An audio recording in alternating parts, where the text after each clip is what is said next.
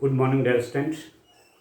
आज हम three dimensional geometry में जो मिसलिनियस एक्सरसाइज कर रहे हैं, मिसलिनियस एक्सरसाइज ऑन चैप्टर 11, उसका मैं क्वेश्चन नंबर 13 लेता हूँ। देखिए क्या है डियर स्टूडेंट। क्वेश्चन नंबर 13 में बिंदु -1, 3, 2 से जाने वाले तथा समतलों x + 2y + 3z = 5 और 3x + 3y + z = 0 में से प्रत्येक पर लंब समतल का समीकरण ज्ञात कीजिए। आपके पास है find the equation of a plane passing through the point -1, 3, 2 and perpendicular to each of the planes x + 2y + 3z = 5 and 3x + 3y + z = 0। आपको स्टूडेंट करना क्या है, आपको प्लेन का इक्वेशन चाहिए। किस रूप में प्लेन का इक्वेशन चाहिए? ये जो प्लेन है, एक तो आपको दिया हुआ है कि किस पॉइंट से पास होता है। प्लेन आपका इस पॉइंट से पास होता है -1, 3, 2। एक प्लेन है जो कि इस पॉइंट से पास होता है और दो प्लेन पर एक परपेंडिकुलर है। किस किस प्लेन पर? x + 2y + 3z = 5 एक प्लेन नंबर 1 है, और दूसरा प्लेन है आपके पास 3x + 3y + z = 0। 3x + 3y + z = 0। एक प्लेन जो कि इस पॉइंट से पास होता है और वह प्लेन इस पर भी लंबवत है और इस पर भी लंबवत है। The plane which passes through this point is perpendicular to this plane and also perpendicular to this plane and we have to find the equation of that plane। ठीक है, जो प्लेन इस पॉइंट से होकर जाता है तथा इस प्लेन और इस प्लेन पर परपेंडिकुलर है, उसका इक्वेशन आपको चाहिए। ठीक है दोस्तों, तो अब आप देखिए कैसे करेंगे। आप जानते हैं equation of a plane, equation of a plane passing through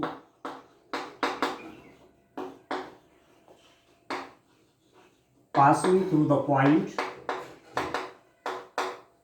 x1, y1, z1। कहने का मतलब क्या हुआ? x1, y1, z1 बिंदु से होकर जाने वाले तल का समीकरण। ठीक है दोस्तों, क्या होता है आपके पास? आप जानते हैं प्लेन का इक्वेशन होता है a x - x1 + b y - y1 + c z - z1 = 0। ये फॉर एग्जाम्पल मैंने कहा ये प्लेन नंबर 1 था, प्लेन 2 है प्लेन नंबर 3। आप जानते हैं कि कोई plane x1, y1, z1 point से पास हो रहा है, उस प्लेन का equation a x - x1 + b y - y1 + c z - z1 = 0 से दिया जाता है।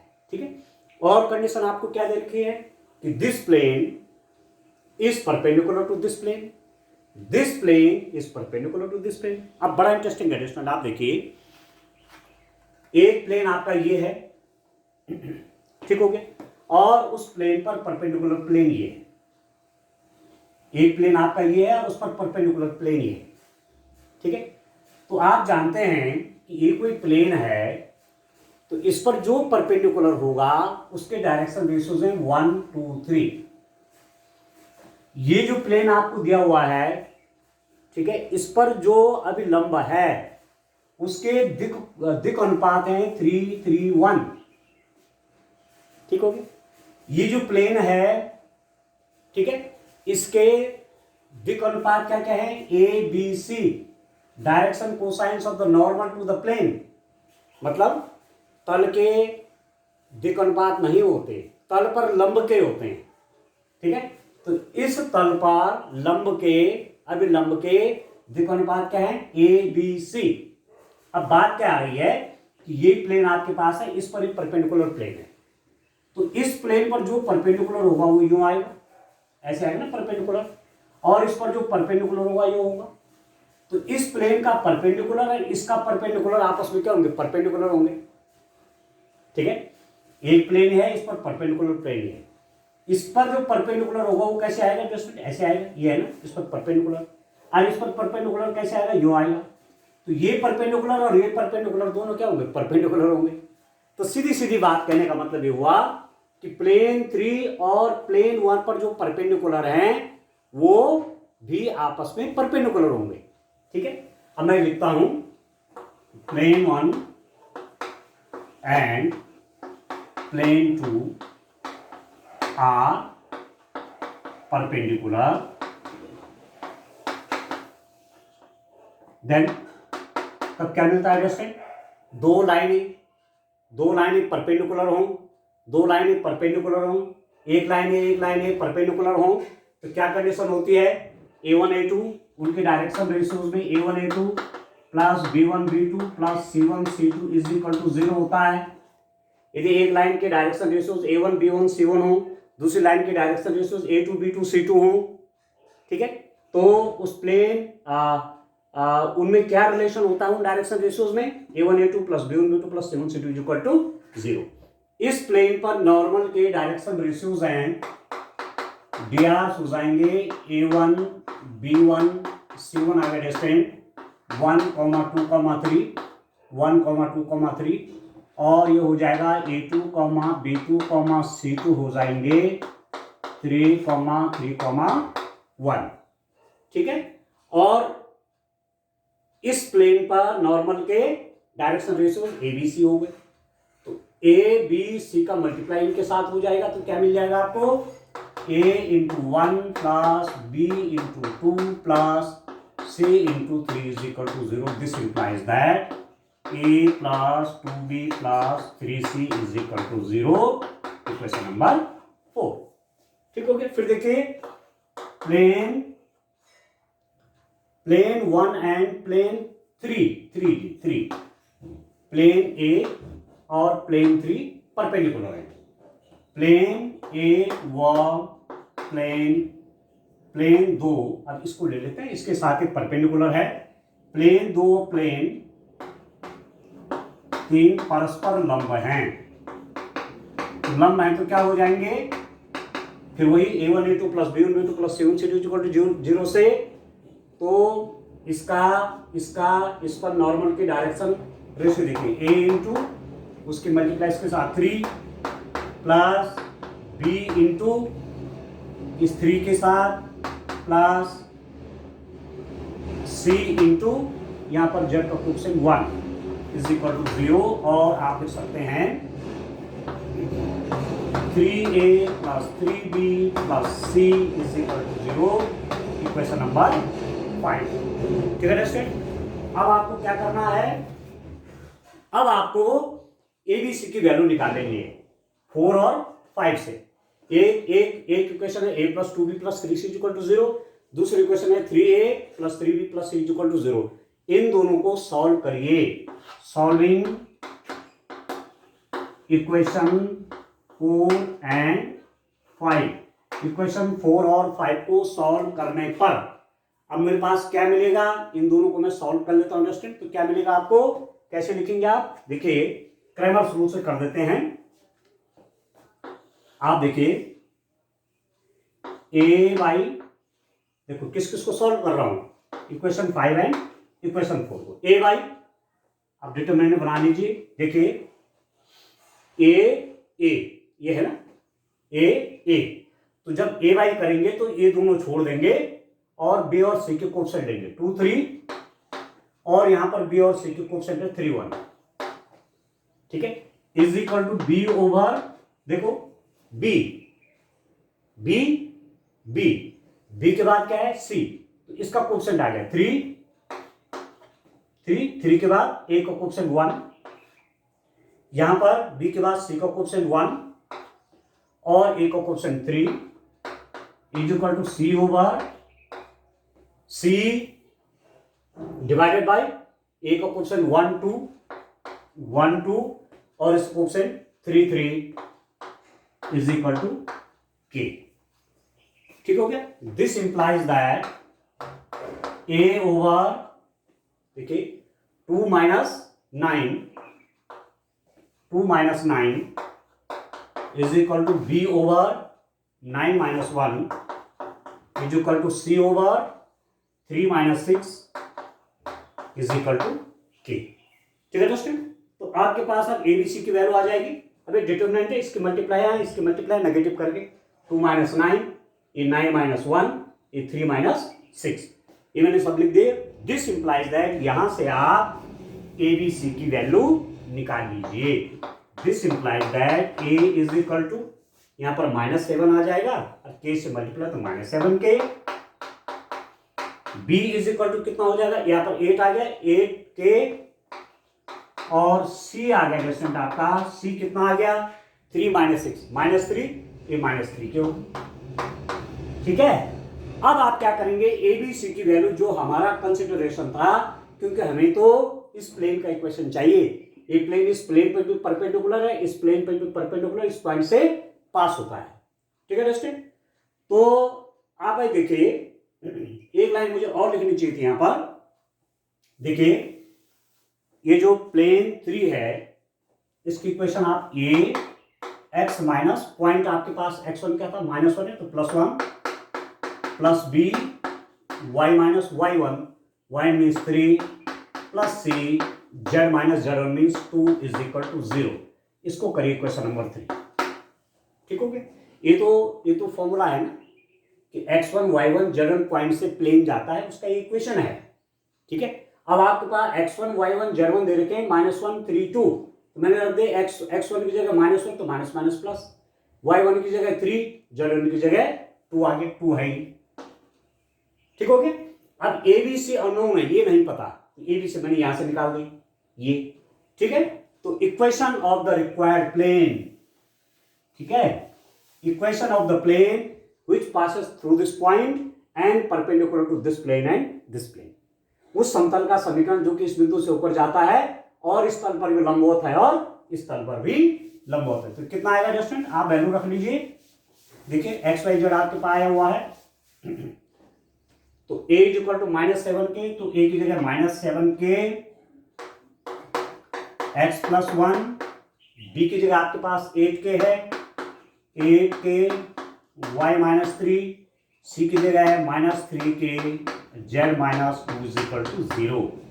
के तो राइट हैंड साइड में 0 कर लीजिए, -7 की मल्टीप्लाई अंदर करिए, -7x -7, 8 की मल्टीप्लाई करिए 8y माइनस 24, -3 की मल्टीप्लाई अंदर करिए +6 इज इक्वल टू 0।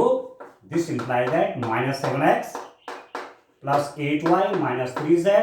अब यहां देखिए आप 7 -7 और यहां देखिए -7 + 6, तो -1 तो -25 हो जाएगा, -25 इज इक्वल टू 0।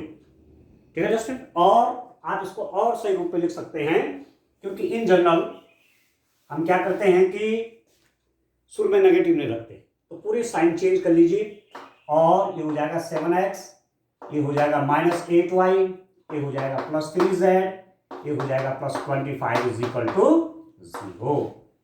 ठीक है, सबका साइन चेंज कर दिया, नेगेटिव कॉमन लेकर के राइट हैंड साइड में कर दिया, वो 0 हो जाएगा वहां। तो ये आपके पास आ गया 7x -8y +3z +25 is equal to 0। बड़ा इंटरेस्टिंग क्वेश्चन है। ठीक है, ठीक है दोस्तों, चलिए एक क्वेश्चन और देखते हैं। क्वेश्चन नंबर 14 पे आते हैं दोस्तों। क्या है आपके पास क्वेश्चन नंबर 14, देखिए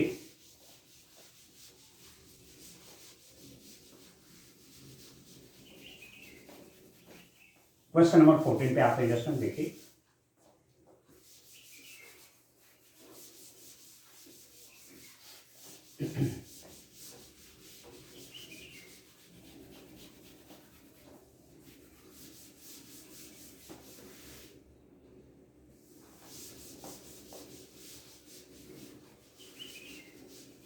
चलिए देखते हैं क्वेश्चन नंबर 14 क्या है दोस्तों। देखिए क्या है क्वेश्चन नंबर 14 में, आप देखिए यदि बिंदु 1 1 P पॉइंट्स हैं आपके पास, दे रखे पॉइंट्स 1 1 P, दूसरा पॉइंट है दोस्तों -3 0 1, ठीक है। 1 1 P -3 0 1 समतल का इक्वेशन दे रखा है, प्लेन का इक्वेशन दे रखा है।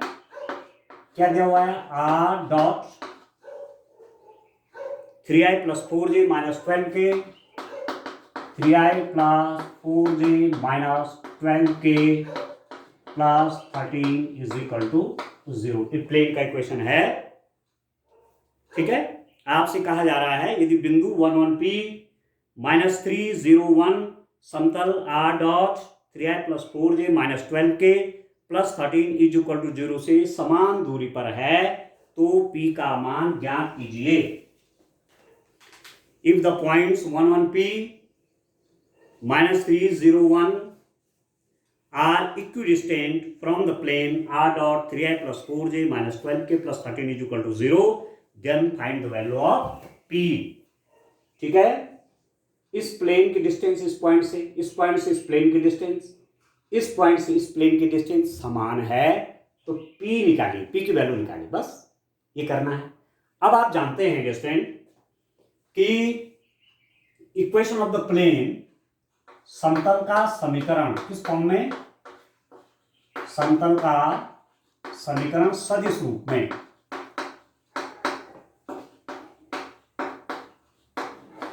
Equation of plane in vector form क्या होता है? आप जानते हैं R डॉट n = d, इस रूप में जानते हैं, ठीक है। तो इस प्लेन के इक्वेशन को मैं कैसे लिख सकता हूं? इसी प्लेन की इक्वेशन को मैं लिख सकता हूं R dot 3i + 4j - 12k = -13, ये प्लेन नंबर 1 हो गया, ठीक है। अब यदि मैं इस प्लेन का इसका कंपैरिजन इससे करूंगा तो आपके पास n वेक्टर क्या आ गया? ये नॉर्मल वेक्टर है, प्लेन पर ये नॉर्मल वेक्टर है, नॉर्मल की डायरेक्शन में वेक्टर है। तो n = हो जाएगा 3i + 4j - 12k and d = -13। इसका कंपैरिजन, वेक्टर इक्वेशन ऐसी होते हैं ना प्लेन की, और यहां पर ऐसी दी हुई है, इसका मतलब n की जगह पर ये है और d की जगह पर -13 है, ठीक है। अब आप ये भी जानते हैं कि कोई पॉइंट जिसका पोजीशन वेक्टर a है, ठीक है, उससे यदि आप इस प्लेन की डिस्टेंस फाइंड आउट करना चाहेंगे, इस पॉइंट मतलब किसी पॉइंट का पोजीशन वेक्टर a है, उससे इस प्लेन की आप डिस्टेंस यदि फाइंड आउट करना चाहेंगे तो आपका d कैसे दिया जाता है? a dot n - d over magnitude of n mod, a dot n - d over magnitude of n, ठीक है दोस्तों। तो अब आप a डॉट n निकाल लीजिए। a डॉट n कैसे निकालेंगे? ठीक है, अब मैं पहले इस पॉइंट से इस प्लेन की वो निकालना चाहता हूं, ठीक है। बिंदु 1 1 P से तल 1 की दूरी, distance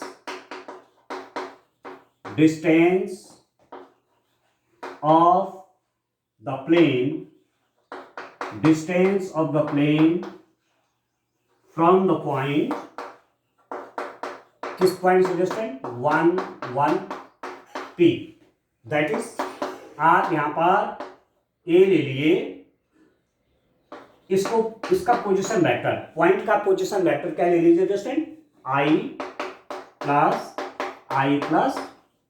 plus j plus pk, ठीक है। इस पॉइंट को क्या है? 1 1 1, इसका पोजीशन वेक्टर कैसे लिया जाएगा? I प्लस j प्लस इसको k से, इसको I से मल्टीप्लाई करेंगे, प्लस इसको j से मल्टीप्लाई करेंगे, प्लस इसको k से मल्टीप्लाई करेंगे, I plus j plus pk, ठीक है। और यदि मैं इस पॉइंट से distance of the plane 1 from the point किस पॉइंट से 1 1 P से प्लेन की डिस्टेंस मैं निकाल रहा हूं, तो वो कितनी हो जाएगी आप देखिए, ये हो जाएगी डिस्टेंस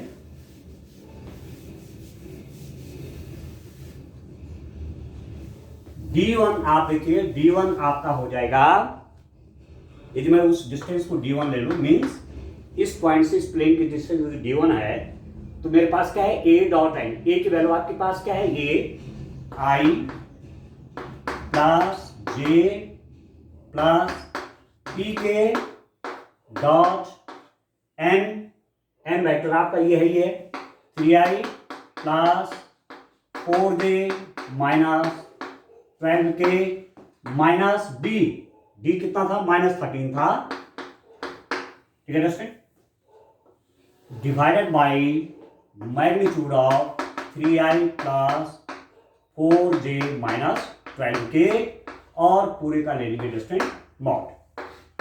या क्लियर हो गया। अब आप सिंपल साइज को D1 की वैल्यू निकाल लीजिए, ठीक है, यही तो होता है ना इक्वेशन, यही तो होता है ना डिस्टेंस का फॉर्मूला, यही तो होता है A डॉट एन यहां से निकलेगा, A यहां से निकलेगा, और माइनस डी मतलब इसको राइट हैंड साइड में ले जाना है, तब उसको वहीं से लेंगे, लेफ्ट हैंड साइड में होंगे तो तब फिर प्लस करना पड़ेगा, ठीक है। तो राइट हैंड साइड में, क्योंकि फॉर्मूले के हिसाब से मेरा काम हो जाए ना, फॉर्मूला आपका क्या है आर डॉट, आपका फॉर्मूला है R dot N is equal to D, तो डी राइट हैंड साइड में, इसलिए मैं इसको पहले राइट हैंड साइड में लिख गया, तो -13 बन गया हो, तो डी इज इक्वल टू -13, तो माइनस डी -13 आ गया। अब this implies that D1 is equal to, देखो डॉट प्रोडक्ट 3, अब डॉट प्रोडक्ट आप जानते हैं I डॉट I 1 होता है तो 3 × 3, J डॉट J 1 होता है तो 4 × 1 4, और -12 × P हो जाएगा -12P, ठीक है, +13 over square root of magnitude, इसका कितना हो जाएगा डिस्टेंस 16, 3 3 9, ठीक है, इसका मैग्नीट्यूड, इसका स्क्वायर प्लस इसका स्क्वायर 16 प्लस इसका स्क्वायर 144, -12 का स्क्वायर 144, इसका मैग्नीट्यूड। अब दिस इंप्लाइज दैट D1 आपका कितना हो गया, कैलकुलेट कर लीजिए student, 20 minus 12P divided by, ये हो जाएगा 169, तो स्क्वायर रूट हो गया इसका 13, ये कर, ठीक है। तो इस पॉइंट से इस प्लेन की डिस्टेंस ही आई, ठीक है दोस्तों। अब किस पॉइंट से लेंगे आप देखिए, अब इसकी आवश्यकता नहीं, इसको मैं हटा देता हूं, ये D1 निकल गया है। अब मैं दूसरा पॉइंट लेता हूं, देखिए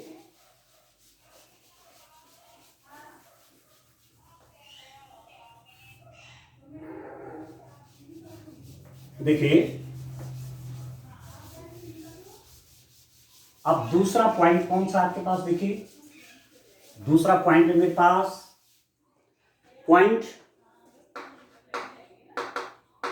-301 से समतल R dot 3I plus 4J minus 12K is equal to -13 की दूरी,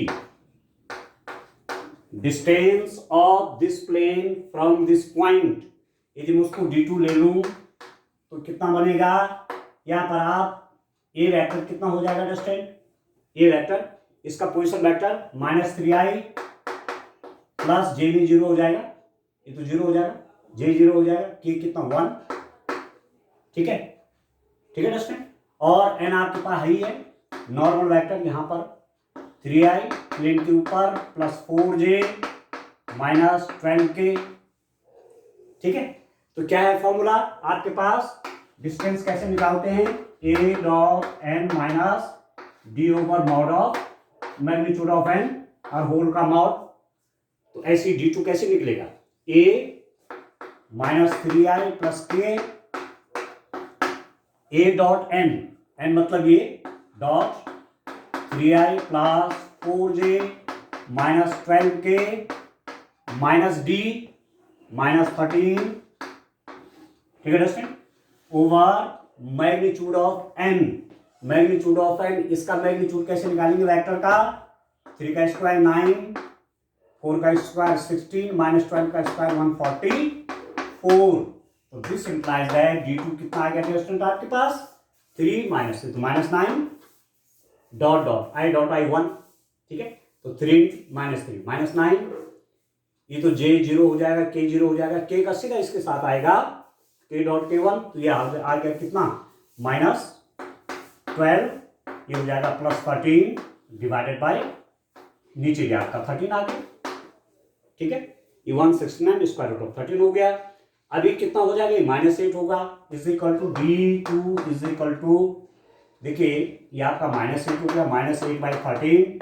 अब आप मॉड ले रहे हैं तो मॉड आपको पॉजिटिव वैल्यू लेनी है 8 बाई 13, ठीक है दोस्तों।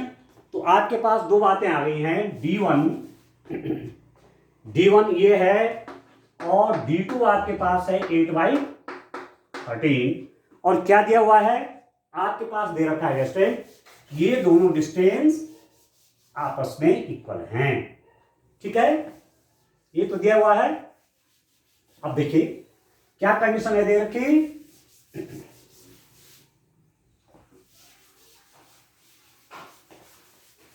देखिए अब आप देखो, ये था ना प्लेन, इस पॉइंट से इस प्लेन की डिस्टेंस, इस पॉइंट से इस प्लेन की डिस्टेंस d1 है, इस पॉइंट से इस प्लेन की डिस्टेंस d2 है। और गिवन दैट क्या दिया हुआ है? दिया है, क्या दे रखा है student? d1 is equal to d2, ठीक है। अब दिया हुआ है दोनों, तो 12 minus 20 minus 12p divide by 13 is equal to 8 by 13,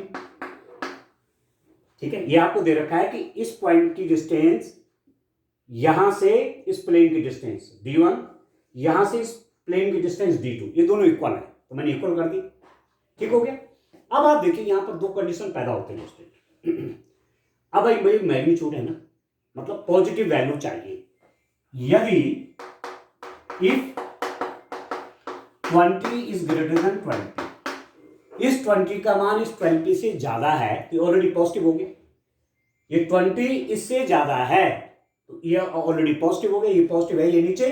तो दिस इंप्लाइज दैट आप लिख सकते हैं 20 minus 12p by 13 is equal to 8 by 13, 13 से 13 कट गया तो 20 minus 12p is equal to 8। This implies that 12p is equal to 20 minus 8. This implies that 12p is equal to 12. This implies that p is equal to 1. p की एक value आपके पास 1 आ गई।